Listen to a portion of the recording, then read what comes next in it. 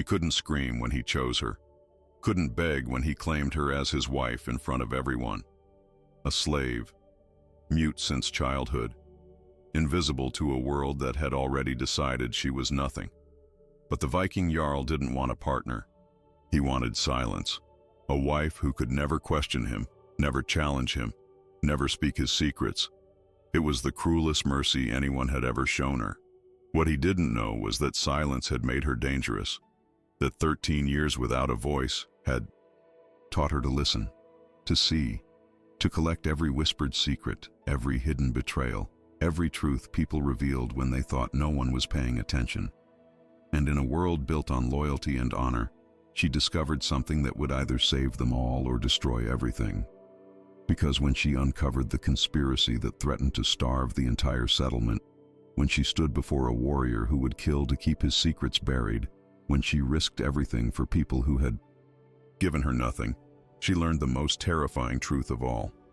Sometimes the bravest thing you can do is refuse to stay silent, even when silence is all you have. But courage comes with a price, and the knife at her throat was just the beginning. The mead hall reeked of stale beer and unwashed bodies, but Astrid had learned long ago not to react to smells. She moved between the wooden benches like a shadow, invisible fingers collecting clay cups and gnawed bones from the feast. The Jarl's daughter Ingrid sat near the fire pit, her spine rigid as an iron blade, watching Astrid with eyes that promised violence. Astrid kept her gaze down. Safer that way. Always safer. Halvard's voice cut through the raucous laughter, slurred and thick with drink. "Bring more ale, girl. My throat's as dry as Thor's wit." She nodded, hands already reaching for the pitcher. Her bare feet made no sound against the packed earth floor, centuries of feasts compressed into something harder than stone.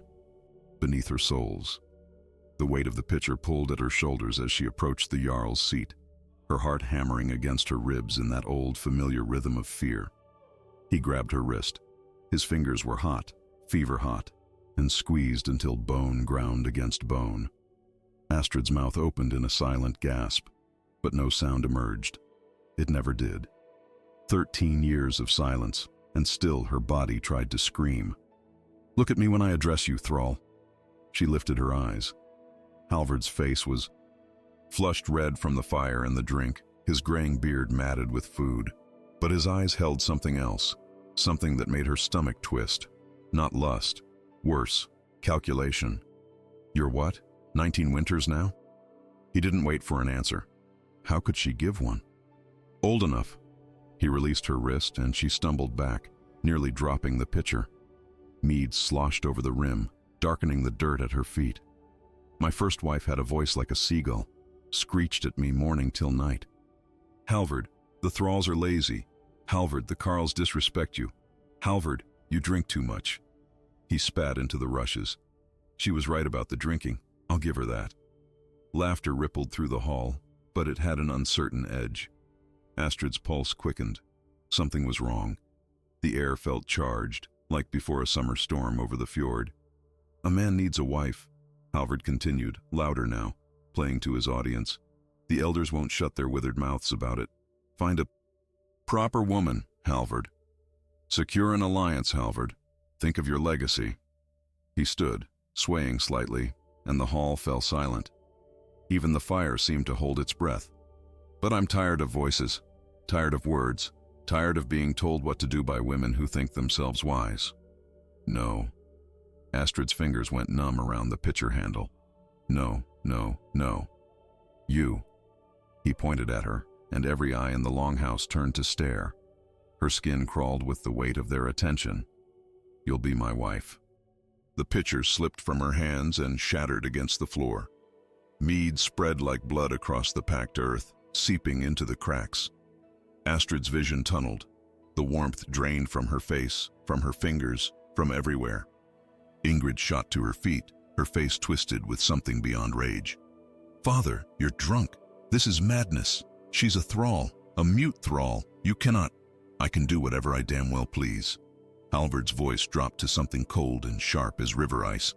"I'm Jarl here, or have you forgotten?" He turned back to Astrid, and the cruelty in his smile made her throat close. You won't question my decisions, won't nag me about honor or politics, won't whisper my secrets to rivals. You can't." He laughed, and the sound echoed off the timber walls. Perfect. Astrid's legs wouldn't move. Her mind screamed at her to run, to flee into the winter night and let the cold take her, but her body had turned to stone.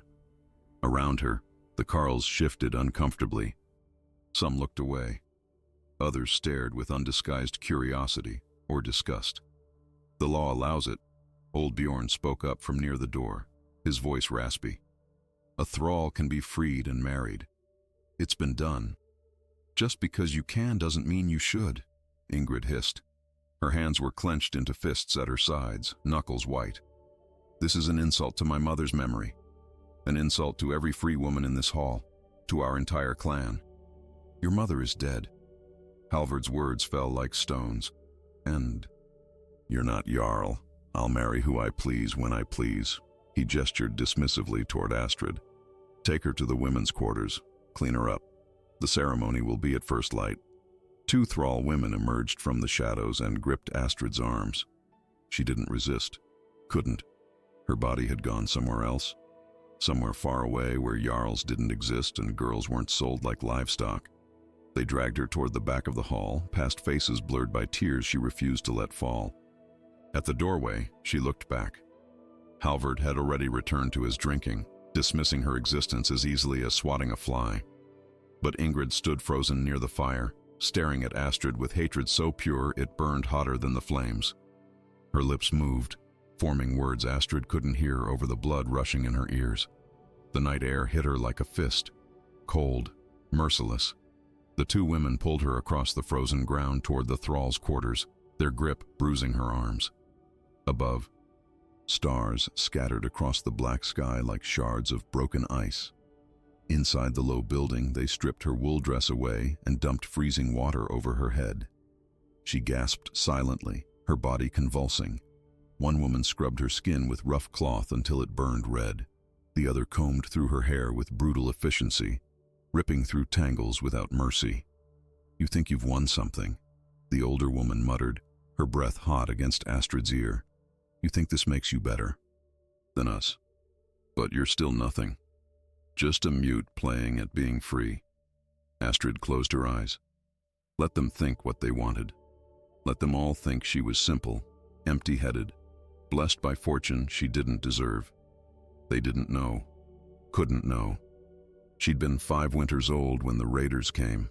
5 winters old when she'd watched her father's throat cut, watched her mother dragged away screaming.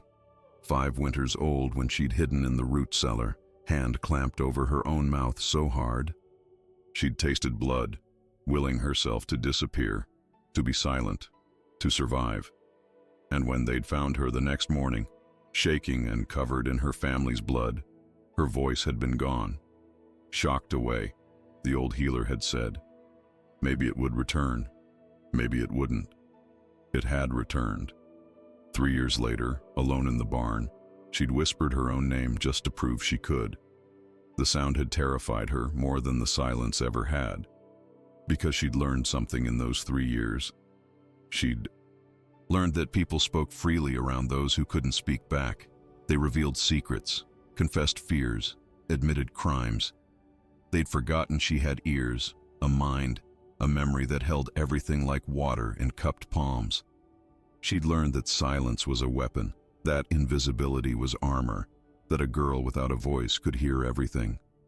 Now, as they dressed her in a clean linen shift that smelled of rosemary and smoke, Astrid made a choice. She would marry the Jarl. She would become his silent wife. And she would listen to every whispered conversation, every drunken confession, every careless word spoken in her presence. And when the time came, when she understood exactly what kind of man had claimed her, when she knew every secret this hall held, she would decide what to do with all that dangerous knowledge. The older woman yanked the comb through one final tangle, and Astrid's head snapped back. Tomorrow she would be the Jarl's wife. Tonight she was still just a thrall. But beneath her carefully blank expression, behind her silent lips, her mind was already working, already watching, already planning. The door burst open. Ingrid stood silhouetted against the starlight, her breath forming clouds in the frozen air. "Leave us." Her voice left no room for argument. The two women fled. Ingrid stepped inside and closed the door. In the dim light of the single oil lamp, her face looked carved from pale stone. She moved closer, and Astrid's heart hammered against her ribs. Like a trapped bird. "You think you're clever," Ingrid whispered, her voice shaking with barely contained fury. "You think you'll waltz into my mother's place, sit at her table, sleep in her bed.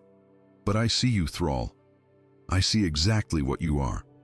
She leaned in until their faces were inches apart.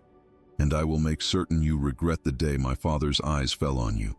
Every single day of your miserable life, you will regret it." Astrid held her gaze, didn't flinch, didn't look away.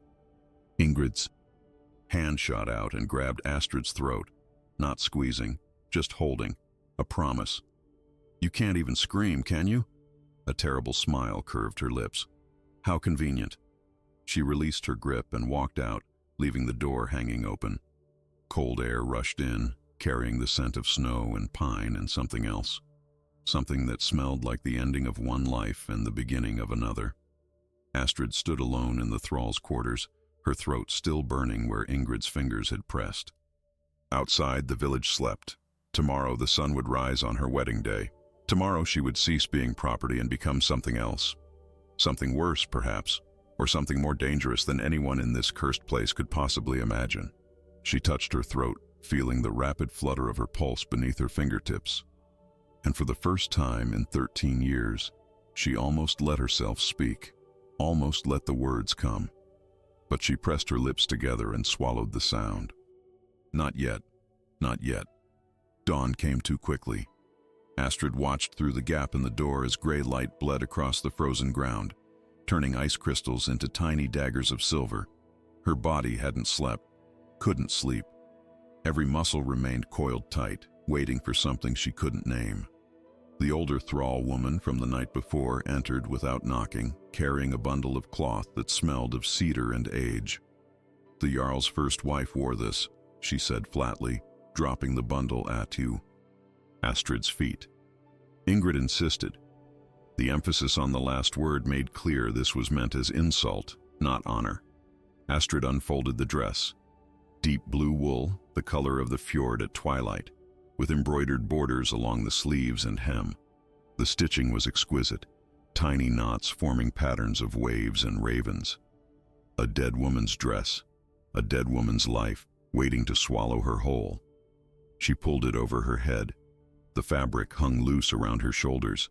Halvard's first wife had been larger, broader. Astrid looked like a child playing dress-up in her mother's clothes. "Doesn't fit," the woman observed with something that might have been satisfaction.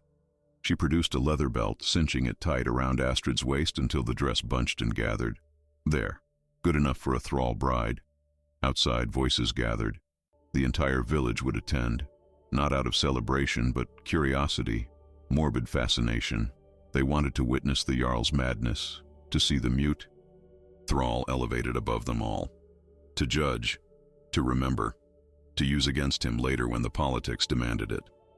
The woman gripped Astrid's arm and led her toward the longhouse. Morning cold bit through the wool, raising goose flesh along her arms.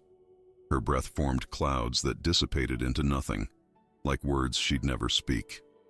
Across the village square, faces turned to watch. Some curious, some disgusted, others carefully blank, hiding their thoughts behind practiced masks. The longhouse doors stood open. Inside, torches blazed despite the daylight, casting everything in shades of orange and shadow. Halvard waited near the center post, dressed in a tunic of deep red with arm rings of twisted silver gleaming against his forearms. He looked almost regal. Almost. Until you saw his eyes, bloodshot and hollow, still drunk from the night before or already drunk anew. Hard to tell which. The Godi, the spiritual leader, stood beside him. Old Torsten, with his staff of carved ash and beard. White as winter. His face remained impassive, but his knuckles were white where they gripped the staff. Even he disapproved. But Jarls paid well, and gods supposedly forgave much. Astrid's escort released her arm and melted into the crowd. She stood alone at the entrance, every eye boring into her skin. The weight of their stares made her ribs feel too tight, her lungs unable to expand fully. She forced herself to walk forward, one step, another. The dead woman's dress whispered against the rushes on the floor. Ingrid stood to the left, dressed in black, mourning clothes. The message was clear. She watched Astrid approach with eyes like chips of flint, her jaw clenched so tight the muscles jumped beneath her skin. Halvard beckoned impatiently. "Come, girl, let's have this done." She reached his side. Up close, she could smell the mead on him, sour and thick. Could see the broken blood vessels across his nose. The tremor in his hands he tried to hide by crossing his arms. "Torsten," began the ceremony. His voice droned through the old words, the binding promises, the oaths that would tie her to this man until death. Astrid heard none of it. Her mind had gone elsewhere, floating somewhere above her body, watching this scene unfold like a saga told by a skald, a tragedy in the making. "The bride will signal her consent," Torsten said, his voice cutting through her dissociation. Everyone waited. Halvard's jaw tightened. "She's mute, you old fool. Obviously she consents. She's here, isn't she?" "The law requires clear consent," Torsten replied carefully. "A nod will suffice." All eyes turned to her. This was it, the moment she could refuse, could shake her head and walk away and return to being property, simple property, invisible property, safe property. But safety was an illusion. She'd learned that 13 years ago in a root cellar while her world burned, and remaining a thrall meant remaining vulnerable to every cruel hand, every violent impulse, every moment of drunken rage from anyone who outranked her, which was everyone. At least as Halvard's wife, she'd have some protection, some small measure of power, and access. Access to conversations, to decisions, to the inner workings of this place that kept her enslaved. She nodded. Halvard's shoulders relaxed. Around them, the crowd shifted, murmuring. The thing was done. Torsten concluded the ceremony with words about fertility and prosperity and the blessings of the gods. Empty words. Everyone knew this. Marriage was cursed before it began, but tradition demanded the forms be observed, so they observed them. "You may present the bride's gift," Torsten said. Halvard produced a small wooden box from his belt. Inside lay a ring, not silver or gold, but simple carved bone, white as frost, with runes etched along the band. He took her hand, his grip firm enough to hurt, and slid it onto her finger. It was too large. It would slip off the moment she bent her hand wrong. "There," he said loudly, addressing the crowd more than her. "It's done. My wife." The word sounded strange in his mouth, like he was testing it out, deciding if he liked the taste. He didn't release her hand. Instead, he pulled her closer, his breath hot against her ear. "Don't make me regret this, girl. I chose you for your silence. Keep it that way." A threat and a command and a promise all wrapped in one. She felt the violence coiled in him, held back only by the thinnest veneer of control. This man could hurt her. Would hurt her probably, when the mood struck. But she'd survived worse. She'd survived watching her family butchered. She'd survived 13 years of slavery. She could survive this. The feast began immediately. Tables were dragged out, laden with roasted meat and dried fish and precious winter stores brought forth to celebrate a marriage no one wanted. Astrid was led to the high seat, the place of honor beside Halvard, the place his first wife had occupied. The carved wood still held the impression of another woman's body, worn smooth by years of use. She sat. The bone ring clicked against the arm of the chair, too loose, mocking. Food appeared before her. She couldn't eat. Her throat had closed up, her stomach a knot of ice. Beside her, Halvard ate with brutal efficiency, tearing into meat with his teeth, barely chewing. He drank more, always more. The ale horn never seemed to empty. Across the table, Ingrid picked at her food, her movements precise and controlled. But her eyes never left Astrid's face, watching, waiting, calculating. The Carls and their wives approached throughout the meal, offering stiff congratulations that fooled no one. "May you be blessed with sons," one woman said, her smile not reaching her eyes. "Though I wonder what kind of mother a mute can be." Another leaned in close. "The Jarl's first wife died in childbirth, you know. Screamed for 3 days before the bleeding took her. But you won't be able to scream, will you?" Each word was a small knife, precisely placed. Astrid kept her face blank. Let them think their cruelty landed. Let them believe her simple and easily wounded. People underestimated those they thought weak, and underestimation was another kind of weapon. A fight broke out near the door. 2 Carls, drunk and angry, grappling over some perceived insult. Halvard barely glanced their way. "Bjorn, handle it." His second in command, a bear of a man with a scar bisecting his face, moved to separate them with casual violence. "Your father grows weak," a voice murmured. Astrid's eyes flickered toward the sound. 2 men, minor jarls from neighboring lands, sat 3 seats down. They thought themselves out of earshot. They weren't. This marriage proves it. Desperation masked as eccentricity.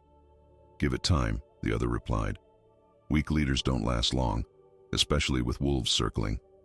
They said nothing more, but the implication hung heavy. Plots within plots. Halvard had enemies, real ones, not just disapproving neighbors. Astrid filed the information away, another piece of the puzzle she was assembling. Knowledge was power. Silence made people careless, and careless people revealed everything. The feast dragged on for hours. The sun arced across the sky and began its descent. Shadows lengthened. Someone produced a lyre, and drunken singing filled the hall, off-key and raucous. Halvard's head began to nod, his eyes struggling to focus. Finally, mercifully, Torsten stood and raised his staff. The bedding ceremony.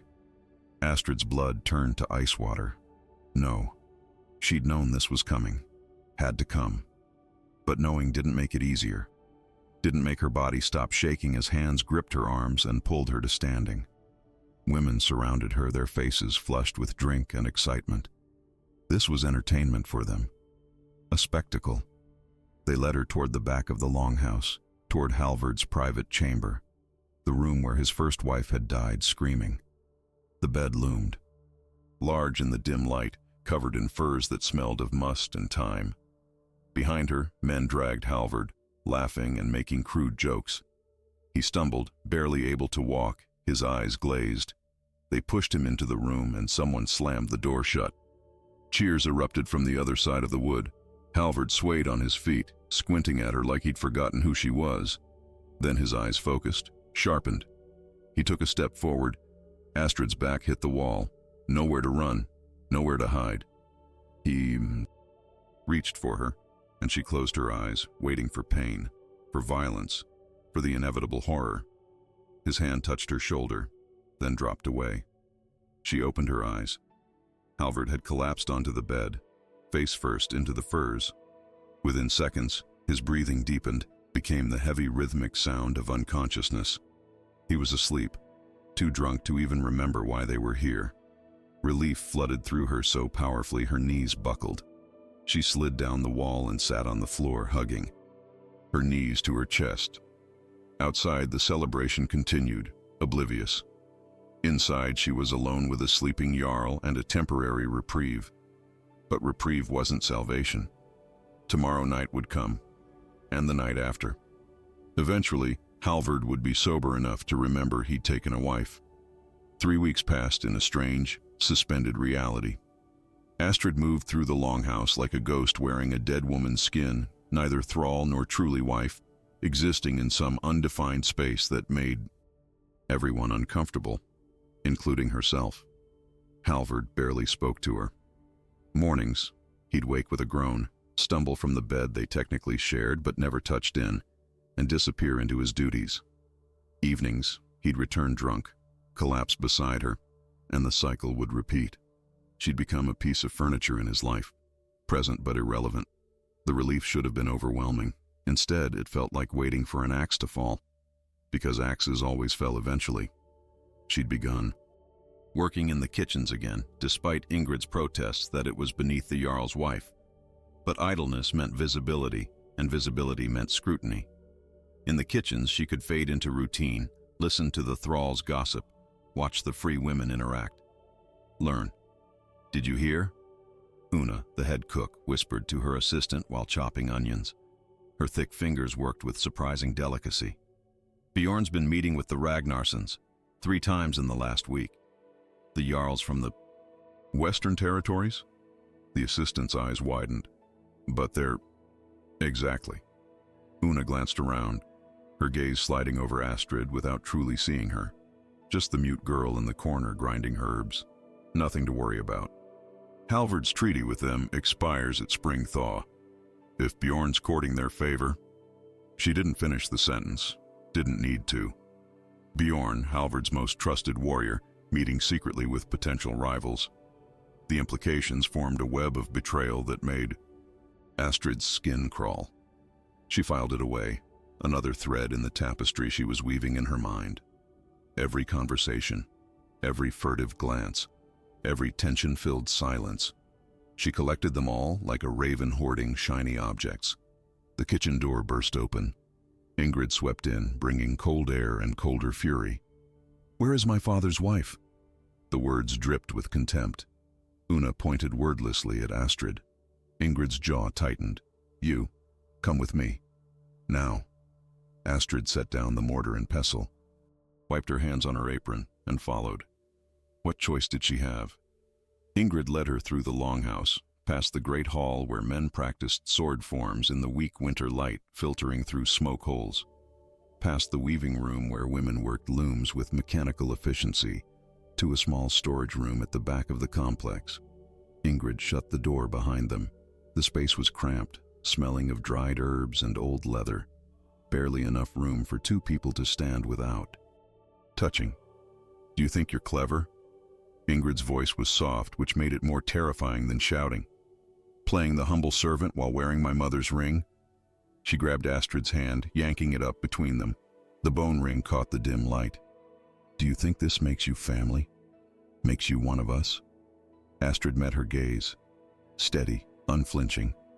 "You're nothing," Ingrid hissed. "A placeholder, a joke. My father will tire of this game, and when he does, you'll go back to being exactly what you are, a thrall with delusions." She leaned closer, her breath hot against Astrid's face. "But I won't wait for him to see reason. I'll make your life so miserable you'll beg him to cast you out." She released Astrid's hand with a shove and stormed from the room, leaving the door hanging open. Astrid stood in the darkness, her heart hammering. The threat was real. Ingrid had power, connections, the love of the Carls who'd watched her grow from childhood. Astrid had nothing except silence and the secrets she collected like weapons she didn't yet know how to use. That night, lying beside Halvard's unconscious form, she stared at the shadows dancing across the ceiling. The bone ring felt heavy on her finger. She should remove it, should accept that this marriage was a farce, that she'd always be nothing here. But something stubborn in her refused. She'd survived this long by being invisible. Maybe it was time to try something different. The next morning she woke before dawn. Halvard still snored, reeking of mead and sweat. She dressed quietly and made her way to the great hall. Empty, except for thralls cleaning yesterday's mess. She found parchment and charcoal, rare luxuries kept for recording trades and treaties. Her hands shook as she drew. Simple pictures. A loaf of bread, a jug of water, a bed. Beside each, she marked numbers, portions, quantities, an inventory. Una found her an hour later, surrounded by crude drawings. The cook's eyebrows rose. "What's this?"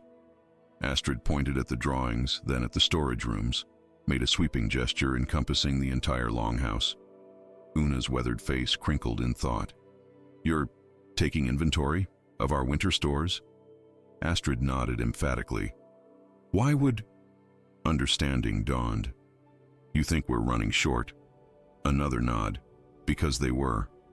Astrid had been counting, watching portions shrink, noticing how carefully Una measured everything now, how she watered down the stews, how meat appeared less frequently. They were 3 months from spring, and supplies were dwindling faster than they should. Someone was stealing from the stores, or selling them, or both. Una's expression shifted from confusion to alarm. If we run out before thaw? She didn't finish, didn't need to. Starvation was a specter that haunted every Nordic winter, always one bad season away from reality. Can you show me? Una asked quietly. Astrid led her to the storage shed, pointed at the nearly empty barrels of salted fish that should have been 3/4 full, the grain sacks that felt too light, the dried meat hanging on hooks, far less than Una had personally counted at autumn's end. Gods, Una breathed. Someone's been... She turned to Astrid, eyes sharp. How long have you known? Astrid held up both hands. 2 weeks. And you didn't tell anyone? Couldn't tell anyone. Una's voice softened with something that might have been pity or respect. Hard to tell. What were you planning to do? Astrid picked up the charcoal again, drew quickly. A man's face, broad, scarred, unmistakable. Bjorn, Una whispered. You think Bjorn's behind this? Astrid shrugged. She didn't know for certain, but Bjorn controlled the guards who watched the storage sheds. Bjorn managed the trade expeditions. Bjorn had access and opportunity, and apparently secret meetings with rival jarls who might pay handsomely for information about a settlement's vulnerabilities. A settlement running out of food was very vulnerable indeed. Una's face went pale. If you're right, this is treason. If you're wrong, accusing Bjorn? She shook her head. Either way, people die. They stood in the cold storage shed, breath-forming clouds between them. Outside, the village was waking. Smoke rose from longhouses. Children's voices carried on the frozen air, life continuing, oblivious to the rot growing at its center. We need proof, Una finally said. Real proof. Something even Bjorn can't talk his way out of. She looked at Astrid with new eyes. Calculating eyes. Can you watch him? Follow him? You're good at being invisible. Astrid nodded slowly. This was dangerous. If Bjorn caught her, if he even suspected. But what choice did she have?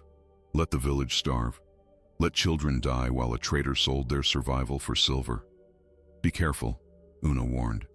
Bjorn's not stupid, and he's killed men for less than suspicion. That night, Astrid began her surveillance.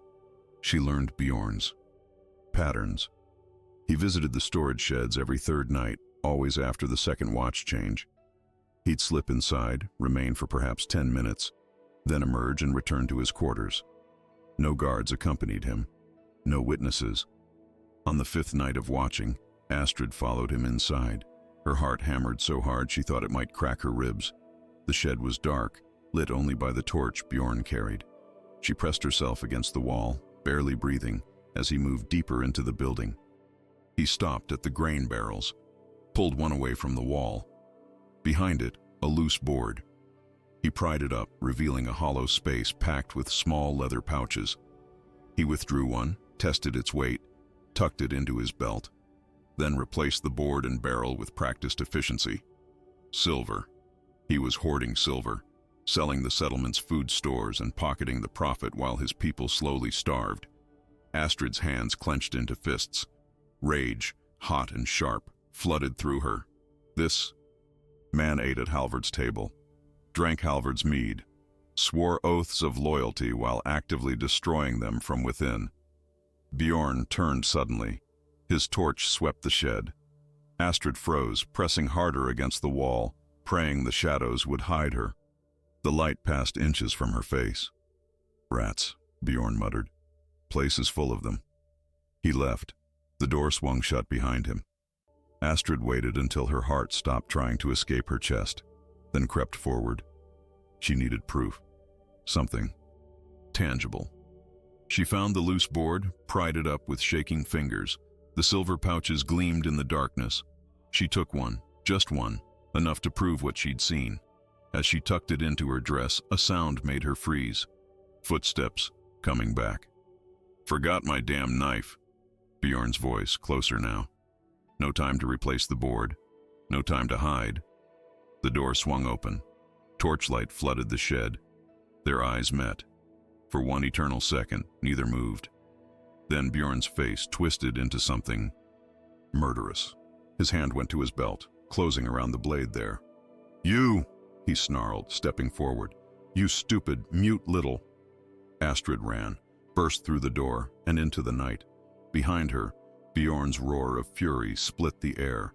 Heavy footsteps pounded after her. She dodged between buildings, her lungs burning, the silver pouch bouncing against her ribs. She had to reach the longhouse, had to reach Halvard, had to— A hand grabbed her dress, yanking her backward. She stumbled, falling, hard onto frozen ground that drove the air from her lungs. Bjorn loomed over her, knife gleaming in the moonlight. "Thought you were clever, didn't you?" he hissed, raising the blade. "Silent little spy, but dead women tell no tales." The knife descended. A hand caught his wrist. Halvard, drunk and swaying. But there. "What?" he slurred. "Are you doing with my wife?" Bjorn's face went from murderous to carefully neutral in the span of a heartbeat. He lowered the knife slowly, his jaw working as he assembled an explanation. "Jarl, I found this thrall sneaking around the storage sheds. Thought she was stealing." "She's not a thrall," Halvard said. His words slurred, but his eyes surprisingly sharp. "Not anymore." He swayed slightly, gripping a support post to steady himself. "And what exactly would my wife steal? Grain? Salted fish?" A bitter laugh escaped him. "She has access to everything in this settlement now. Comes with the ring." Astrid scrambled to her feet, her dress torn at the shoulder, knees scraped raw through the fabric. The silver pouch pressed against her ribs like a burning coal. She had to show it to Halvard, had to make him understand. But how? How did you explain conspiracy and theft and treason without a voice? "Perhaps she's confused," Bjorn offered, sheathing his knife with deliberate calm. Simple-minded girl, elevated beyond her understanding, wandering where she shouldn't. I merely sought to redirect her. His scarred face arranged itself into something resembling concern. "Forgive me, Jarl, I overreacted. You pulled a knife on her." Halvard's voice hardened slightly, cutting through the drunken haze. "That's more than redirection, old friend." The emphasis on old friend held a warning. Bjorn heard it, his shoulders tensed. "You're right. The late hour, the shadows. I mistook the situation." He turned to Astrid, and the hatred in his eyes was so pure it made her breath catch. "My apologies, lady." The title sounded like an insult in his mouth. Halvard gestured toward the longhouse. "Go, both of you. It's too damn cold to be having this conversation outside." He stumbled slightly, caught himself. "And someone bring me more ale.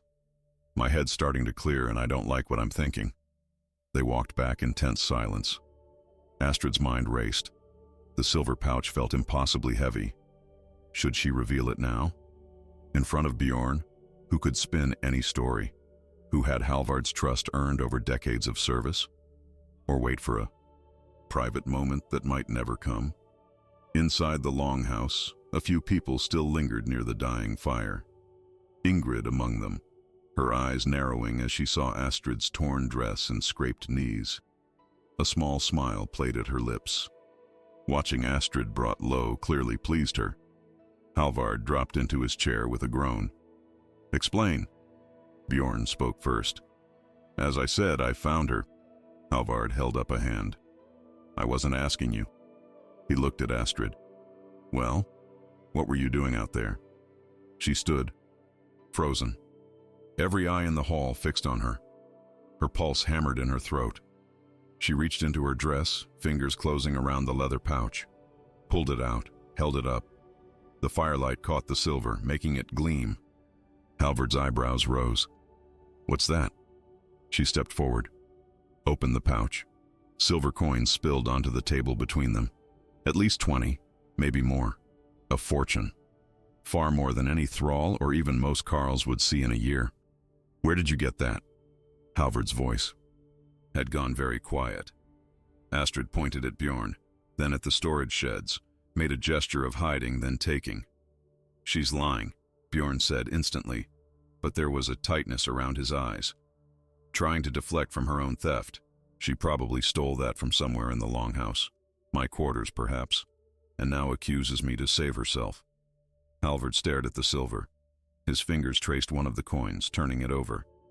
These are marked, he said slowly. Trade coins from the Ragnarssons. Territory.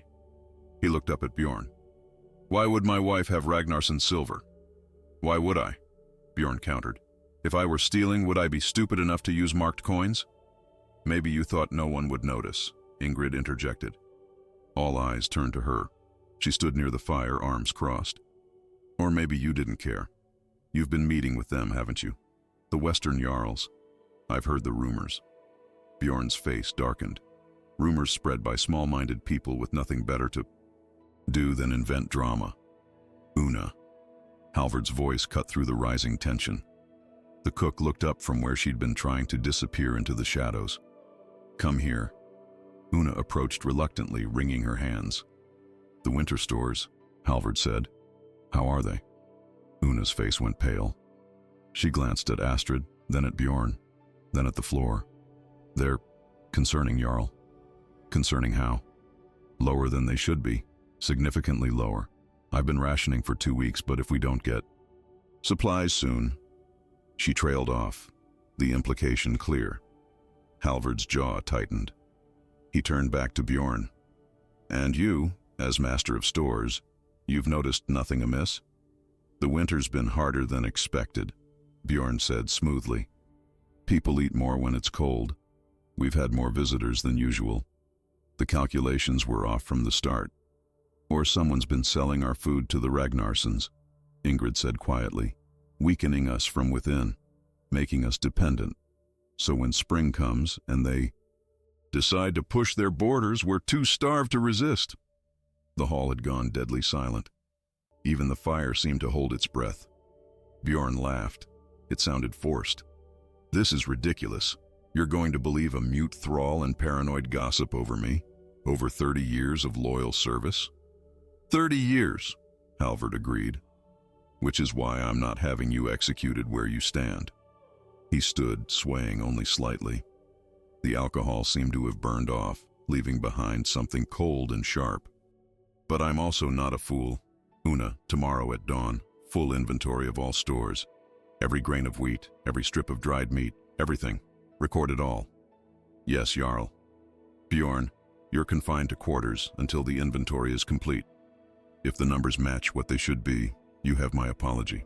If they don't, he left the threat hanging. Bjorn's hands clenched into fists. You can't seriously. I can. I am. Halvard's voice brooked no argument. If you're innocent, you have nothing to fear. Consider it a precaution.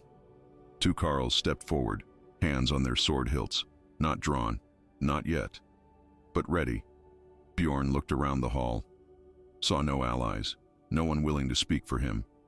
His gaze landed on Astrid, and the promise in his eyes made her blood run cold. This wasn't over, not even close. As you command, Jarl, he said through gritted teeth. He turned and walked toward his quarters, the two Carls following at a discreet distance. When he was gone, Halvard sank back into his chair. Suddenly he looked old, tired. If this is true, he said to no one in particular. If Bjorn's been... He couldn't finish the sentence. Ingrid moved closer. Father, we need to prepare. If the Ragnarssons think we're weak... I know. He rubbed his face with both hands. Gods, I know. He looked at Astrid, really looked at her, maybe for the first time since the wedding. You did this. You found the proof. She nodded. Why? The question seemed genuine, confused. You're nobody. Nothing. Why would you risk your life for this settlement? These people treat you like dirt. Astrid met his gaze, held it. She couldn't answer with words, but maybe he'd understand anyway. Because what was the alternative? Watch everyone starve? Watch children die? She'd already watched her family butchered. She wouldn't watch it happen again, not if she could stop it. Something shifted in Halvard's expression. Respect, maybe, or confusion, or both. "Go," he said finally. "Get some rest. Tomorrow's going to be..." He shook his head. "Just go." Astrid walked toward their shared chamber, her legs shaking so badly she had to grip the wall for support. Behind her, voices rose in urgent discussion. Plans being made, defenses considered. She'd set something in motion tonight that couldn't be stopped. In the chamber, she collapsed onto the bed. Her hands wouldn't stop trembling. She'd confronted a traitor, nearly died, changed everything. And tomorrow, when the inventory proved her right, when Bjorn's treachery became undeniable, what then? Would Halvard thank her? Punish her for causing turmoil? Would Bjorn find a way to exact revenge even from confinement? The door opened. Halvard entered, moving more steadily now. He looked at her for a long moment. "That dress is ruined," he said finally. "I'll have another brought." He paused. "My first wife. She never would have done what you did tonight. Too afraid of making waves, of being improper." A strange sound escaped him. Almost a laugh. "Maybe I chose better than I thought." He lay down beside her, still fully clothed. Within minutes, his breathing deepened into sleep. But Astrid lay awake, staring at the ceiling, replaying Bjorn's expression when he'd raised that knife. The hatred, the promise of violence. She'd made a powerful enemy tonight. And enemies, in her experience, always found ways to hurt you. The only question was when. Outside, wind howled through the village. Somewhere, a dog barked. The fire in the great hall crackled and popped. Normal sounds, everyday sounds. But nothing felt normal anymore. Everything had shifted. She was no longer invisible, no longer safely ignored. She'd stepped into the light, and light cast shadows, deep ones, where monsters could hide. The inventory took 3 days. 3 days of Una and her assistants counting every grain, every dried fish, every preserved vegetable in every storage shed. 3 days of the entire settlement holding its breath, waiting for confirmation of what everyone already suspected. Astrid spent those days in a strange limbo. People stared at her now, not with contempt or dismissal, but with something else: curiosity, uncertainty. A mute thrall had accused the Jarl's most trusted warrior of treason. Either she was brave or foolish, maybe both. She returned to the kitchens, seeking the familiar rhythm of work. But even there, things had changed. The other thralls whispered when they thought she wasn't listening, about her, about what she'd done, about how she'd nearly died and somehow lived. "They say Bjorn would have killed her right there if the Jarl hadn't stumbled out drunk," one girl murmured while scrubbing pots. "Say the knife was at her throat." "The gods protected her," another insisted. "Had to be divine intervention." Astrid kept her head down, grinding herbs with more force than necessary. No gods had saved her. Just luck. Terrible random luck that Halvard had chosen that precise moment to emerge from. The longhouse. Nothing more. But people needed their stories, their explanations, their reasons why the world worked the way it did. On the second day, Ingrid found her in the weaving room. Astrid had been trying to repair her torn dress, her stitches clumsy and uneven. She'd never learned proper needlework. Thralls weren't taught such refinements. "You're making a mess of that," Ingrid observed, standing in the doorway. Her voice held none of its usual venom. Instead, she sounded almost tired. "Here." She crossed the room and took the needle from Astrid's hands. "Watch." For the next hour, Ingrid showed her how to make small, invisible stitches that pulled the torn fabric together seamlessly. Her movements were precise, practiced. The work of someone raised to be a Jarl's wife, trained in all the domestic arts that made a household function. "My mother taught me," Ingrid said quietly, not looking up from the fabric. "Before she died, she said a woman's worth was in her hands. What she could create, preserve, mend." She tied off the thread with sharp efficiency. "I hated those lessons. wanted to learn the sword instead. But she insisted. She handed the dress back to Astrid. There, it'll hold now. Astrid stared at her, confused by this sudden shift. Where was the hatred, the cruelty? Ingrid seemed to read her thoughts. Don't mistake this for friendship, she said, her voice hardening slightly. I still don't think you belong here. Still think my father made a terrible mistake marrying you. She paused. But what you did with Bjorn, that took courage. Or stupidity. I'm still deciding which. She stood, brushing off her skirts. Either way, you might have saved us all. So I'm repaying the debt. We're even now. She left before Astrid could react. Could try to communicate anything in return. That evening, Una sought her out. The cook's face was grim, lined with new worry. The count's done, she said quietly, glancing around to ensure no one else could hear. We're missing nearly a third of what we should have, enough to feed the entire settlement for 2 months. Gone. Astrid's stomach dropped. She'd known it was bad. Hadn't realized it was catastrophic. Halvard's calling a thing, Una continued. Tomorrow at midday. Everyone must attend. He'll announce the findings. Judge Bjorn publicly. She hesitated. You'll need to be there, as witness. The thing. The assembly where all free people gathered to hear disputes, pass judgment, make laws. Where? Justice was decided by consensus and tradition. Astrid had never attended one. Thralls weren't permitted, but she wasn't a thrall anymore, was she? The realization hit her like cold water. She'd have to stand before the entire settlement, be seen, be examined, be judged herself in a way. Her legs felt suddenly weak. Una gripped her shoulder. You can do this. You already did the hard part. This is just confirmation. But confirmation felt harder somehow, because it made everything real. Final. There would be no going back after tomorrow. That night, Halvard came to their chamber earlier than usual. Sober for once. His face looked haggard, aged 10 years in 3 days. He sat on the edge of the bed, head in his hands. 30 years, he said to the floor. I've known Bjorn for 30 years. Fought beside him, trusted him with my life, my family's lives. He laughed bitterly, and the whole time he couldn't finish. Astrid sat beside him, didn't touch him, but her presence seemed to register. He looked at her sideways. Do you know what the worst part is? His voice cracked slightly. I should have seen it, should have noticed. But I was too busy drinking, too busy feeling sorry for myself after my wife died, too busy being angry at the world. He rubbed his face roughly. A better Jarl would have caught this before it got so bad. She wanted to tell him he was wrong, that Bjorn had been careful, clever, that anyone could have been deceived. But she had. No words, only silence. So she did the only thing she could. She placed her hand on his arm, gentle, brief, a connection. Halvard stared at her hand, then at her face. You're a strange one, he said softly.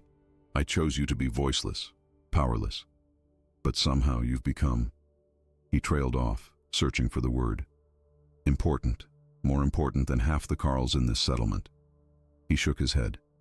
I don't understand you. She pulled her hand back. Neither did she, honestly. She'd just been trying to survive, to do what seemed right. Somehow that had led here. Tomorrow's going to be ugly, Halvard warned. Bjorn has friends, loyalists who won't want to believe he betrayed us. They'll fight the judgment, might even call for trial by combat. He met her eyes. If they do, I'll have to fight him myself. Jarl's right. Jarl's duty. The implication was clear. Halvard was older, slower, damaged by years of heavy drinking. Bjorn was in his prime, a legendary warrior. The outcome of such a fight was far from certain. If I fall, Halvard said carefully, Ingrid becomes the settlement's leader until she marries or the Carls choose another Jarl. You'll have no protection then. No status. She'll cast you out, might even re-enslave you out of spite. Astrid nodded. She'd already thought of this, had already accepted it. You could leave now, Halvard offered. Before the thing. Take supplies, head south. Start over somewhere no one knows you." He paused. "I wouldn't blame you." She shook her head firmly. Leaving felt like cowardice, like abandoning these people after she'd pulled their world apart. She'd started this. She'd see it through. Something like respect flickered in Halvard's eyes. "Brave or foolish," he echoed Ingrid's words. "Maybe both." He stood. "Get some rest. Tomorrow you'll stand before the entire settlement and confirm what you found. Every eye will be on you, every judgment." He moved toward the door, then paused. "For what it's worth, thank you. For caring when you had no reason to." He left her alone with her thoughts. Sleep didn't come. Astrid lay in the darkness, listening to the settlement's night sounds. Somewhere, a baby cried. Dogs barked at shadows. The wind rattled shutters with skeletal fingers. She thought about tomorrow, about standing in the thing circle with everyone watching, about Bjorn's face when judgment was passed, about the possibility of violence, of death, of everything spiraling beyond anyone's control. She thought about her family. Dead 13 years now. Would they be proud of what she'd become? Or ashamed that she'd survived when they hadn't? The bone ring on her finger caught a sliver of moonlight. Too large. Always slipping. A dead woman's ring on a living woman's hand. A symbol of everything wrong and strange about her life now. But it was her life. She'd chosen to nod at that wedding. Chosen to investigate the missing stores. Chosen to confront Bjorn. Every choice leading to this moment. Dawn came. Too quickly. Gray light filtered through gaps in the shutters, turning everything colorless and cold. Astrid rose, dressed carefully in the mended dress. Combed her hair with trembling fingers. The face staring back from the polished bronze mirror looked pale, frightened. Young. She was only 19 winters. Most girls her age were just starting their lives. Learning trades, courting, planning futures. She was about to potentially destroy a man's life, or be destroyed trying. The longhouse was already stirring. People moved with unusual purpose, preparing for the thing. This wasn't a routine assembly. This was history being made. Una pressed bread and cheese into her hands. "Eat, you'll need your strength." The food tasted like ashes. Astrid forced it down anyway. Outside, people gathered in the great circle near the center of the settlement. The thing stone stood at its heart, ancient and weathered, carved with runes no one could read anymore. Generations of judgments had been passed. Here, generations of fates decided. Now it was her turn. Halvard emerged from the longhouse dressed in his finest. Red tunic with gold embroidery, silver arm rings polished to gleaming, the Jarl's torque around his neck, heavy with authority and responsibility. He looked every inch the leader, but his eyes found Astrid's, and in them she saw fear matching her own. They walked together toward the circle, toward whatever came next. Bjorn was already there, flanked by guards. His hands were bound, but his head was high, defiant, unbroken. When he saw Astrid, his lips curled into something that might have been a smile or a promise. The entire settlement formed rings around them.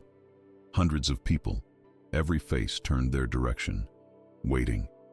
Halvard raised his hand. Silence fell like a hammer.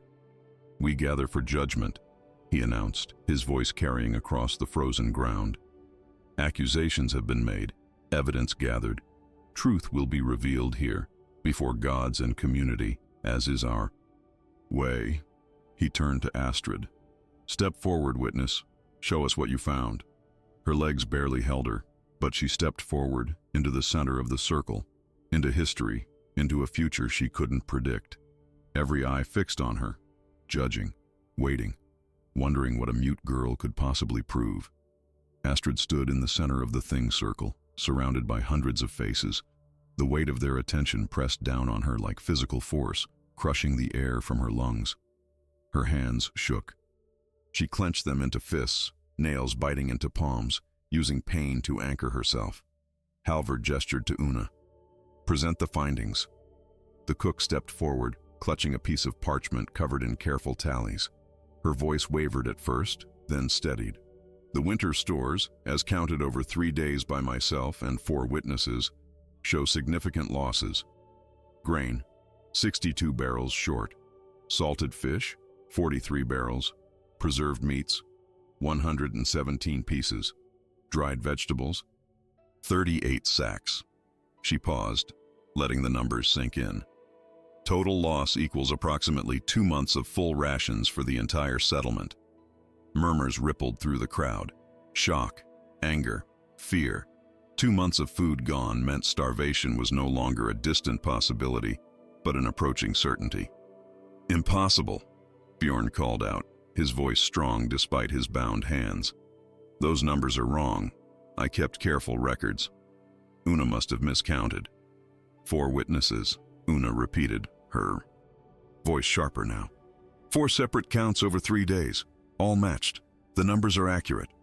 Then there's been waste, Bjorn countered smoothly. Spoilage, rats, poor storage techniques, any number of natural explanations. He looked around the circle, appealing to the crowd. Are we really going to ruin a man's reputation over speculation and paranoia? Show them, Halvard said quietly to Astrid. She reached into her dress and withdrew the leather pouch, moved to the thingstone and upended it. Silver coins spilled across the ancient rock, glittering in the weak winter sunlight. The marked coins, the Ragnarsson's silver. This was found hidden in the storage shed, Halvard announced, behind a loose board, along with 6 other pouches just like it. He picked up one of the coins, holding it high. Trade silver from the Western Territories. Our enemies. Hidden in our stores by someone with access. By someone who wanted to frame me, Bjorn shot back. Anyone could have planted that silver. Anyone with a grudge. Anyone wanting to remove me from power. His eyes found Astrid. Anyone with something to gain from my fall. You claim the mute girl orchestrated this? Old Torsten, the goatee, spoke from the edge of the circle. His weathered face was skeptical. A thrall with no voice, no allies, no resources somehow obtained Ragnarsson's silver, hid it in your storage shed, then convinced the Jarl's wife to discover it at the perfect moment. That's your defense. She's not as simple as she appears, Bjorn said. There was something dangerous in his voice now, desperate. I've watched her, moving through the longhouse like a ghost, listening, always listening. Who knows what schemes she's capable of? Schemes that require her to risk her own life? Ingrid's voice cut through the murmurs. She stepped into the circle, her black dress stark against the snow. I was there that night. I saw Bjorn with a knife at her throat. If my father hadn't intervened, she'd be dead. She turned to face Bjorn directly. Why would she provoke you to murder if this was all fabrication? What possible advantage? Bjorn's jaw worked. No good answer existed for that question. I have more, Halvard said. He gestured, and 2 carls dragged forward a thin man Astrid recognized as a trader who'd visited the settlement twice that winter. The man's face was bruised, one eye swollen shut. He'd been questioned, harshly. Tell them, Halvard commanded. The trader's voice came out broken, defeated. I bought grain and fish and meat from him. He nodded toward Bjorn. 3 times this winter. Paid good silver. Ragnarsson's silver like he asked. Said it was surplus, that the settlement had plenty. He's lying, Bjorn snarled. They tortured him, made him say whatever they wanted. We didn't touch him, one of the carls said flatly. He looked like this when we found him. Seems the Ragnarssons don't like loose ends. Beat him nearly to death, then left him in a ditch to freeze. We found him yesterday, more dead than alive. The trader nodded miserably. They said if I talked, they'd kill my family. But they're going to kill us anyway, aren't they? Once the spring comes and this settlement's too weak to resist their expansion. He started weeping. I didn't know. Didn't realize he was stealing from his own people. Thought it was legitimate trade. The crowd's murmur turned ugly, angry. People pressed closer, their faces twisted with betrayal and rage. Bjorn had been one of them, trusted, respected, and he'd sold them out for silver. Trial by combat, Bjorn called out suddenly, his voice cutting through the rising fury. I invoke my right. Let the gods decide my guilt or innocence through trial by combat. Silence fell. It was his right, under the old laws. Any man accused could demand trial by combat. If he won, he was judged innocent regardless of evidence. If he lost, guilt was confirmed and punishment swift. Halvard's face went pale. You invoke trial by combat against your Jarl? Against the man you've served for 30 years? I invoke it against whoever accuses me, Bjorn said. His eyes swept the circle and landed on Astrid. Against her, the witness. Let her defend her accusations with steel. Horror flooded through Astrid. Her knees nearly buckled. Fight, Bjorn. She'd never held a sword in her life. Had no training, no skill, no chance. It would be murder, not trial. Absolutely not, Halvard said flatly. She's a woman. Unarmed, untrained. You'd slaughter her in seconds. Then let her champion fight for her, Bjorn countered. That's also permitted. Let someone defend her accusations, if they believe in them so strongly. The trap snapped shut. Astrid could see it in Bjorn's eyes. If no one stepped forward to champion her, the accusations would be dismissed. Bjorn would go free, probably with compensation for false accusation. But who would fight him? Who would risk death for a mute thrall elevated above her? Station? I'll fight him. Halvard's voice rang out clear and strong. No. Ingrid grabbed her father's arm. You can't. You're not. You haven't trained properly in years. He'll kill you. Then I'll die defending what's right, Halvard said simply. He shook off her grip and stepped forward. I accept the challenge as her champion. Tomorrow at dawn. To the death or submission. Bjorn smiled. It was the smile of a man who'd already won. To the death, old friend. Let's not insult each other. With half measures. The thing dissolved into chaos.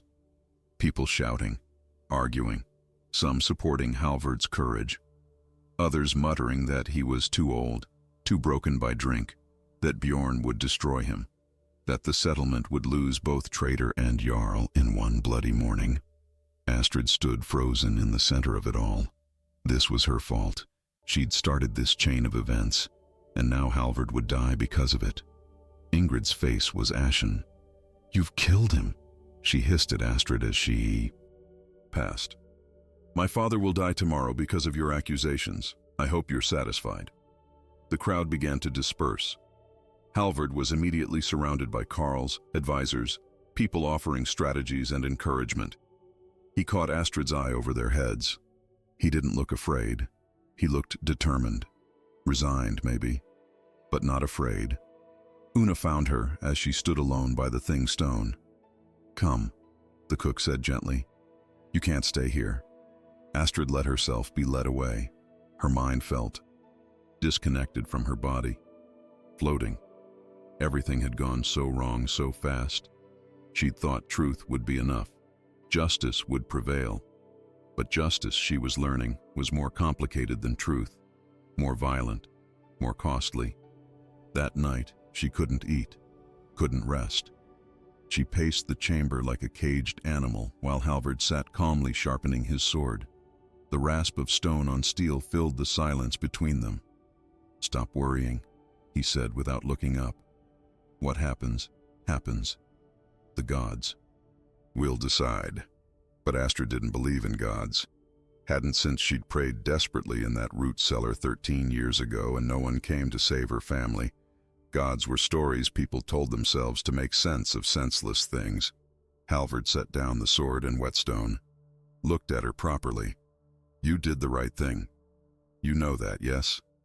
Even if I die tomorrow, you did the right thing. This settlement needed to know what Bjorn was doing, needed to stop him before we all starved. She shook her head violently. Right thing, wrong method, right intention, catastrophic result. Her throat felt too tight. Tears burned behind her eyes, but she forced them back. Crying solved nothing.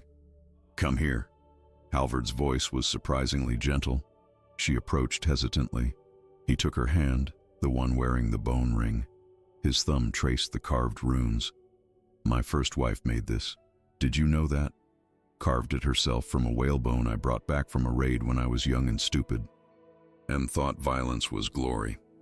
He smiled sadly. She told me the runes were protection, that whoever wore it would be safe from harm. I told her that was foolish superstition. He released her hand. She died wearing it. So much for protection. Astrid stared at the ring. She'd thought it just a token, something given without thought or meaning, but it carried history, memory, love, maybe of a sort. She would have liked you, Halvard continued. She always championed the weak, fed beggars when we could barely feed ourselves, took in orphans, drove me mad with her softness.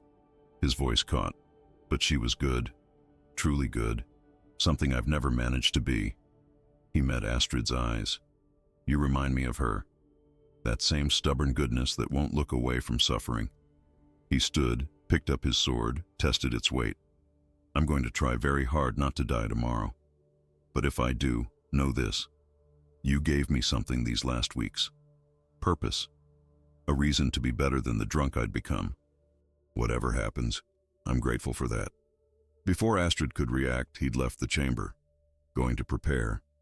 To pray, maybe, though he'd never seemed the religious type. To make peace with whatever tomorrow brought. She was alone. Again. Always alone. Even surrounded by people.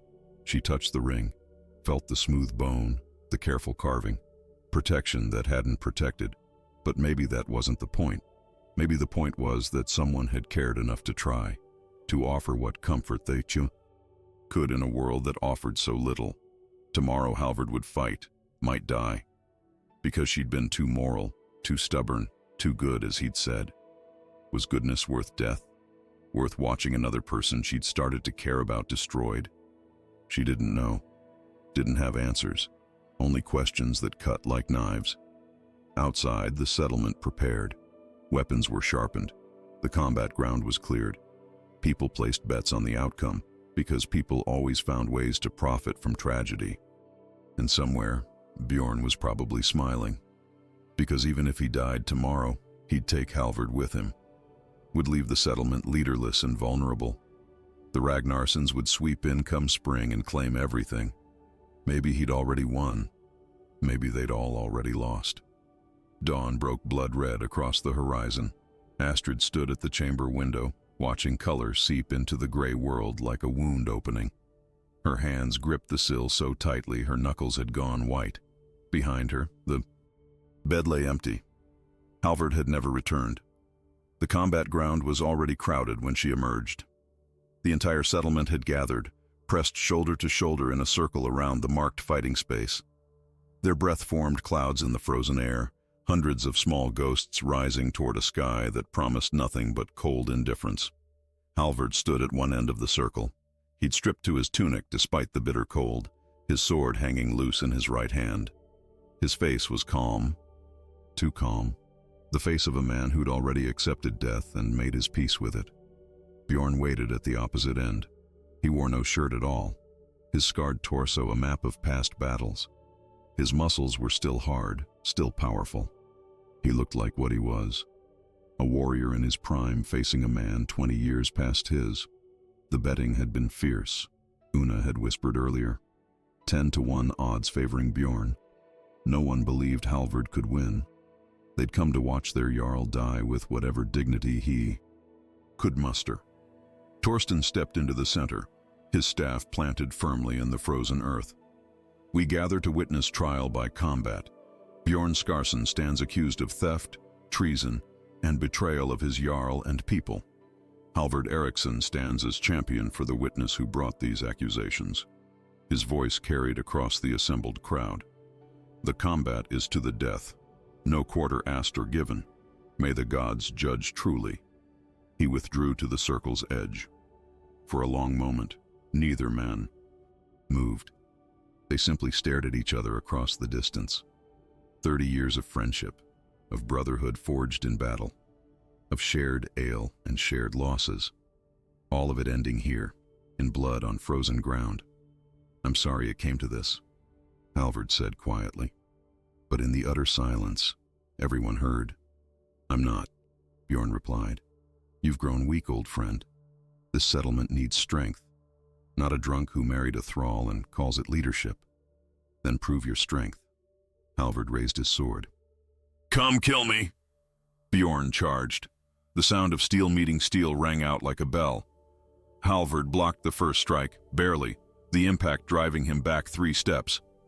Bjorn pressed the advantage, raining blows that came so fast they blurred together.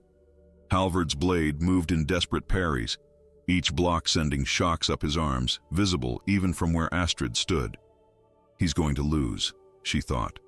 The certainty sat in her stomach like ice.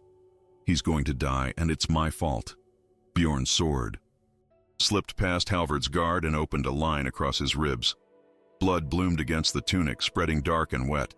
The crowd gasped. First blood. It had taken less than 30 seconds. Halvard stumbled back, pressing his free hand against the wound. His face had gone pale, but his sword didn't waver. Yield, Bjorn called out. I'll make it quick, for old time's sake. No. Halvard's voice was steady despite the pain. Not until one of us is dead. They circled each other. Bjorn moved. Like a wolf, balanced and deadly. Halvard limped slightly, favoring his wounded side.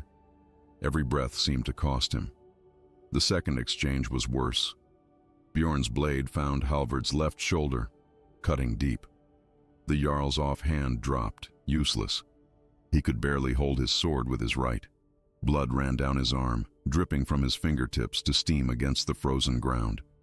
Astrid couldn't watch, couldn't look away. Her heart hammered so hard she thought her ribs might crack.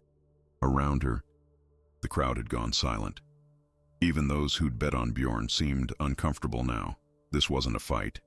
It was an execution. I trained you, Bjorn said, breathing hard. Taught you everything you know about the sword. Did you really think you could beat me? No, Halvard smiled through bloody teeth. But I thought I could make you work for it. He attacked. A desperate wild swing that had no chance of landing. Bjorn sidestepped easily, his counter-strike aimed at Halvard's neck. A killing blow. But Halvard had never intended to connect. The swing was a feint. As Bjorn moved to dodge, Halvard dropped his sword and grabbed. His right hand closed around Bjorn's wrist. His weight, all of it, pulled them both down. They hit the ground hard. Bjorn's sword flew from his grip, skittering across ice-hard earth. For a moment they grappled, rolling, punching, biting like animals. Blood from Halvard's wounds painted them both crimson. Bjorn was stronger, younger. He managed to pin Halvard. Hands closing around his throat. Halvard's face went purple, his legs kicked weakly. His fingers clawed at Bjorn's wrists but couldn't break the grip. This was it. The end. Astrid's vision tunneled. Her breath came in short, desperate gasps. Do something. Do anything. But what could she do? She had no voice to scream, no weapon to throw, no power to stop this. Halvard's hand scrabbled across the ground, searching. His fingers found a rock, fist-sized and jagged. With the last of his strength, he brought it up and smashed it into Bjorn's temple, once, twice, 3 times. Bjorn's grip loosened. His eyes went unfocused. He toppled sideways, blood running from his shattered skull. Halvard rolled away, gasping, coughing, his throat bruised purple. He couldn't stand, could barely move, but Bjorn wasn't moving at all. Torsten approached cautiously, checked Bjorn's pulse, looked up at the crowd. Bjorn Skarsson is dead. The gods have judged. The accusations are proven true. The silence broke. People surged forward, some to help Halvard, others to stare at Bjorn's body. The man who'd betrayed them all, finally brought low. Astrid pushed through the crowd, dropped to her knees beside Halvard. His eyes found hers, and he tried to smile. It came out as a grimace. "Told you," he wheezed. "Didn't die." Then his eyes rolled back, and he collapsed. The next hours passed in a blur. Halvard was carried to the longhouse. Una and the settlement's healer worked frantically to stop the bleeding, to stitch wounds, to force healing herbs down his throat. He'd lost so much blood the rushes beneath him were soaked crimson. Will he live? Ingrid's voice was tight with fear. The healer, an old woman with milky eyes, shrugged. Maybe, if infection doesn't set in, if his will is strong enough. She looked at Ingrid. You should prepare yourself either way. Astrid sat in the corner, making herself small, invisible, watching Halvard's chest rise and fall with labored breaths. Each one sounded like, it might be his last. This was her doing, her righteousness. Her need to expose evil had brought them here, had nearly killed a man who'd shown her unexpected kindness, who'd defended her when he had every reason not to. You should rest, Una said gently, appearing beside her. You've been here all day. There's nothing more you can do. But leaving felt like abandonment, like giving up. So Astrid stayed. Night fell. The longhouse grew quiet. Most people had returned to their homes, to their lives. Halvard lay in his bed, pale as snow, his breathing shallow. The healer had done everything she could. Now it was just waiting. Ingrid sat on the opposite side of the bed, holding her father's hand. Her face was blank, carefully controlled, but her eyes were red-rimmed. He was a fool, she said quietly, not to Astrid specifically, just to the room. A drunk, a terrible leader these past years. But he was my father, and he tried. Gods, he tried. Astrid wanted to say something, wanted to offer comfort, but she had no words. Never had, never would. Do you know what he told me last night? Ingrid continued. Her voice was barely above a whisper. He said marrying you was the best mistake he'd ever made, that you reminded him what it meant to care about something beyond yourself. She laughed bitterly. A thrall, a mute thrall, and she became his redemption. A sound from the bed. Halvard's eyes fluttered open. His hand moved weakly, searching. Astrid took it without thinking. His grip was feeble but present. Still here, he whispered. His voice was wrecked, his throat bruised. Both of you. Good. Don't talk, Ingrid commanded. Save your strength. For what? More drinking? He smiled slightly. I'm done with that. Done being less than I should be. His eyes found Astrid's. You saved us. This settlement. These people. They don't all understand yet, but they will. Father. Hush, daughter. His hand squeezed Astrid's weakly. Promise me something, both of you. No. More fighting. No more hate. This settlement needs unity, needs strength. His breathing rattled. Work together, please. Ingrid's face crumpled. You're not dying. You can't. I need you. Everyone dies eventually. Halvard's eyes drifted closed. Just try to be better than I was. Shouldn't be hard. His grip loosened. His breathing deepened. Sleep, not death. But close enough to the edge that the difference hardly mattered. The healer checked his wounds, changed bandages, forced more. Medicine between his lips. Next 3 days are critical, she said. If he makes it that long, he might survive. Might, not will. The uncertainty hung heavy in the air. Astrid stayed through the night, watching Halvard breathe, counting each rise and fall of his chest like precious coins, praying to gods she didn't believe in that he'd live, that her actions wouldn't cost another person she'd started to care about. Dawn came again. Halvard still lived, still breathed. Small victories. Ingrid, left to manage the settlement's affairs. Someone had to lead. Someone had to make decisions. Bjorn's body had been burned on a pyre at sunset, his ashes scattered without ceremony or honor. Traitors deserved no better. Una brought food Astrid couldn't eat, mead she couldn't drink. You need to keep your strength up, the cook insisted. He's going to live. I feel it, and when he wakes, he'll need you. Empty reassurances, but Astrid nodded anyway. Let Una believe she was comforted. Alone again. With Halvard's struggling breaths, Astrid touched the bone ring on her finger. Protection that hadn't protected, love that hadn't saved. But symbols, she was learning, mattered less than actions, less than choices, less than the stubborn decision to keep trying even when everything seemed hopeless. Halvard had tried, had fought, had defended what was right at terrible cost to himself. The least she could do was witness his struggle, stay beside him, let him know, if he could know anything in his fevered unconsciousness, that he wasn't alone. Outside, the settlement stirred to life. Inside, Astrid kept her vigil, waiting, hoping, fearing. All she could do. 6 days passed before Halvard's fever broke. 6 days of delirium and night terrors, of wounds seeping infection that the healer fought with every herb and poultice she knew. 6 days of Astrid and Ingrid taking turns at his bedside, an unspoken truce forming between them in the space of shared fear.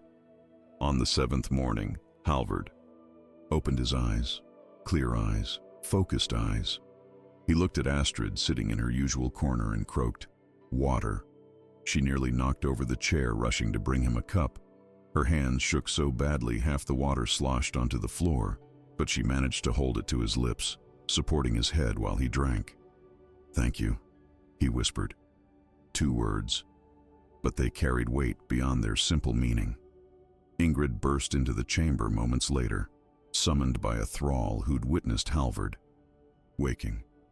She stopped in the doorway, her carefully maintained composure cracking. "Father, still alive." Halvard's smile was weak but genuine. "Disappointing, I'm sure. You're an idiot." Ingrid crossed the room and gripped his hand. "A reckless, foolish idiot who nearly got himself killed over a trial you should never have accepted." "Probably," Halvard agreed. "But I won, so maybe not completely foolish." Over the next week, his strength slowly returned. He could sit up without help, could eat solid food, could walk a few steps before exhaustion forced him back to bed. The healer declared him past immediate danger, though the shoulder wound would never fully heal. His left arm would always be weaker, his movements limited. "A small price," Halvard said when Ingrid fretted over it. "I'm alive. That's more than I deserved." The settlement gradually returned to normal rhythms. New leadership was established for the guard, someone younger and loyal, whom everyone trusted. The winter. Stores were carefully rationed under Una's watchful eye. They'd make it to spring. Barely, but they'd survive. Traders arrived one afternoon, not from the Ragnarsson's territory, but from settlements to the east. They brought grain to trade, salted meat, precious supplies that eased the desperate scarcity. Word had spread about Bjorn's betrayal and execution, about Halvard's near-death in combat, about the settlement's vulnerability. But instead of predators circling, allies had appeared, offering trade, offering support, strengthening bonds. "Seems your victory impressed people," Ingrid told her father. "Showed strength instead of weakness.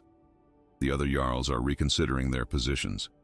Some are even suggesting a defensive alliance against the Ragnarssons." Halvard nodded thoughtfully. "Good. Maybe something positive will come from this mess after all." Spring arrived suddenly, as it always did in the north. One morning the world was frozen and dead. The next, ice cracked in the fjord, and green things pushed through thawing earth. Life returning. Persistent. Stubborn. Halvard called Astrid to the great hall one afternoon. He sat in his chair, still moving carefully, but looking more like himself than he had in weeks. Ingrid stood beside him, her expression unreadable. "Sit," Halvard commanded, gesturing to a bench. Astrid sat, her heart hammering. This felt formal, important, possibly terrible. "I've been thinking," Halvard began, "about our marriage, about what it's become, what it was supposed to be." He paused, choosing words carefully. "I married you to have a voiceless wife, someone who couldn't question or challenge me, someone powerless." Her stomach dropped. He was ending it, sending her away. She'd known this was coming, had prepared herself, but preparation didn't stop the hollow ache spreading through her chest. "But you've proven," he continued, "that voice and power have nothing to do with speech. You've shown more courage, more integrity, more leadership than most of the Carls in this settlement, including me, for too many years." He leaned forward. "So I'm giving you a choice, a real choice this time." Astrid's breath caught. "You can stay as my wife," Halvard said. "We'll make it a true marriage, partnership, equals working together to lead this settlement. Or He paused. I'll grant you freedom. Full freedom. Land of your own, resources to start fresh wherever you choose. No obligations, no expectations. A clean break from everything that's happened here. The silence stretched. Every eye in the hall had turned toward them. This was witnessed. Official. Whatever she chose would bind them all.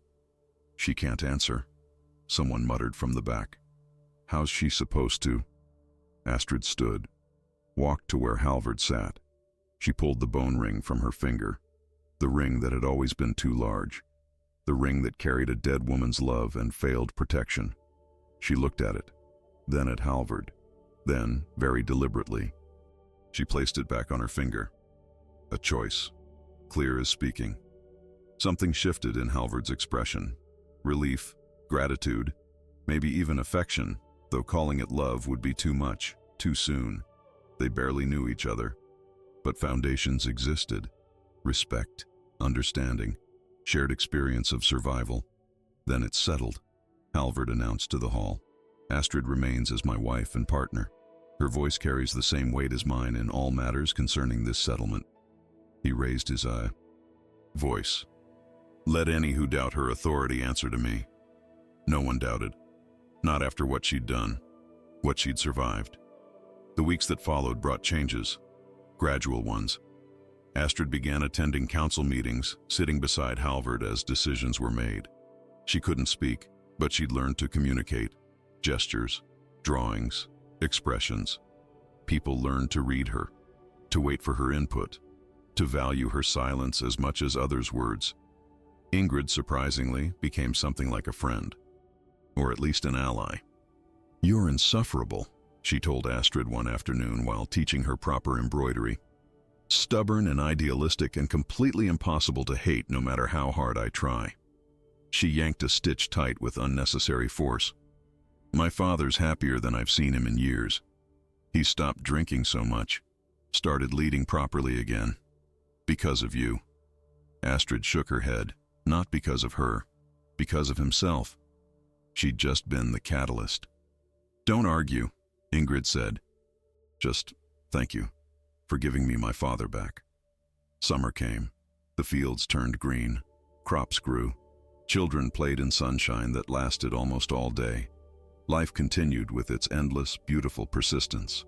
One evening, Astrid and Halvard walked along the fjord. He moved slowly, still favoring his wounded side but improving daily. The water reflected the endless twilight, turning everything silver and gold. Do you ever wish you could speak? Halvard asked suddenly. Tell people what? You're thinking without barriers? Astrid considered, then shook her head. Her silence had become her strength, her shield, her weapon when needed. Why would she give that up? I suppose I understand that, Halvard said. We all have our armor, our ways of protecting ourselves. He stopped walking, turned to face her. But sometimes, just with me, do you think you could try? Her heart stuttered. He wasn't asking for words. He was asking for trust, for vulnerability, for her to lower her defenses, if only for a moment. She opened her mouth. The sound that emerged was rusty, uncertain, barely audible. A whisper that had been locked away for 13 years. Thank you. 2 words. The same words he'd spoken to her when he'd first woken after the combat. But coming from her, they meant everything. Meant trust. Meant acceptance. Meant willingness to be seen. Halvard's eyes widened. For a moment he couldn't speak.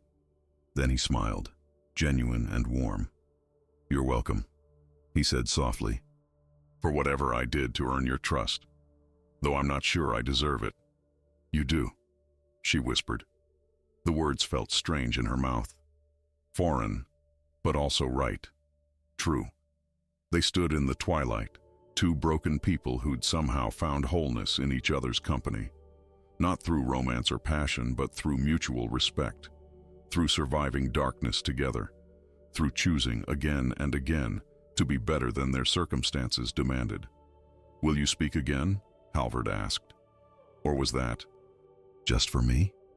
Astrid smiled, shook her head. Her silence was still her armor, still her power. But now Halvard knew the truth, knew she could speak if she chose, knew she trusted him with that secret. It was enough. They walked back to the settlement as stars began appearing in the darkening sky. Tomorrow would bring new challenges, new decisions, new struggles, but they'd face them together. Leader and partner, Jarl and wife. Two people who'd learned that strength came not from voice or violence, but from the stubborn courage to do what was right even when the cost seemed too high. In the longhouse that night, Astrid lay beside Halvard listening to his steady breathing. The bone ring on her finger caught moonlight, protection that had failed once but might yet succeed. Love that had died but could grow again in new forms. She'd started as nothing. Property. Invisible. Powerless. She'd become something more. Not through magic or miracle, but through choice. Through refusing to, look away from injustice. Through risking everything for people who'd given her nothing. The settlement slept around her. Safe. Fed. Protected. Not perfect. Never perfect. But alive. Surviving. Growing. And she'd helped make that possible. A mute thrall who'd learned that silence could speak louder than any words. That invisible didn't mean powerless. That sometimes the bravest thing was simply refusing to accept the role others assigned you. Tomorrow the sun would rise. Work would continue. Life would persist with its endless complications and small joys. But tonight, in this moment, Astrid allowed herself something rare, something precious. Peace. Astrid's journey teaches us that power isn't found in the loudest voice or the sharpest sword. It lives in the quiet courage to stand up when everything tells you to stay down, to care when caring could cost you everything, to choose what's right even when the price seems unbearable. She was invisible, voiceless, powerless by every measure that mattered to her world. And yet, she changed everything, because she refused to accept that silence meant surrender. Ask yourself, would you have stayed quiet? Would you have risked your life for people who saw you as nothing? When the knife was at your throat and death felt certain, would you still believe that doing the right thing mattered? Astrid did, not because she was fearless, but because she understood something most of us forget. We're not defined by what's taken from us, but by what we choose to do with what remains. Her silence became her strength, her invisibility became her power, and her stubborn refusal to look away from injustice became her legacy. Sometimes the stories that move us most aren't about heroes with perfect lives or easy choices. They're about broken people who find wholeness not through magic or miracles, but through the simple, terrifying decision to care, to act, to matter. If this story touched your heart, if Astrid's courage inspired you, please take a moment to like this video and share it with someone who needs to hear it. Subscribe to our channel for more stories that remind us what it means to be human. Because in a world that often feels cold and indifferent, these stories of stubborn hope and unexpected strength are what keep us going. Thank you for listening.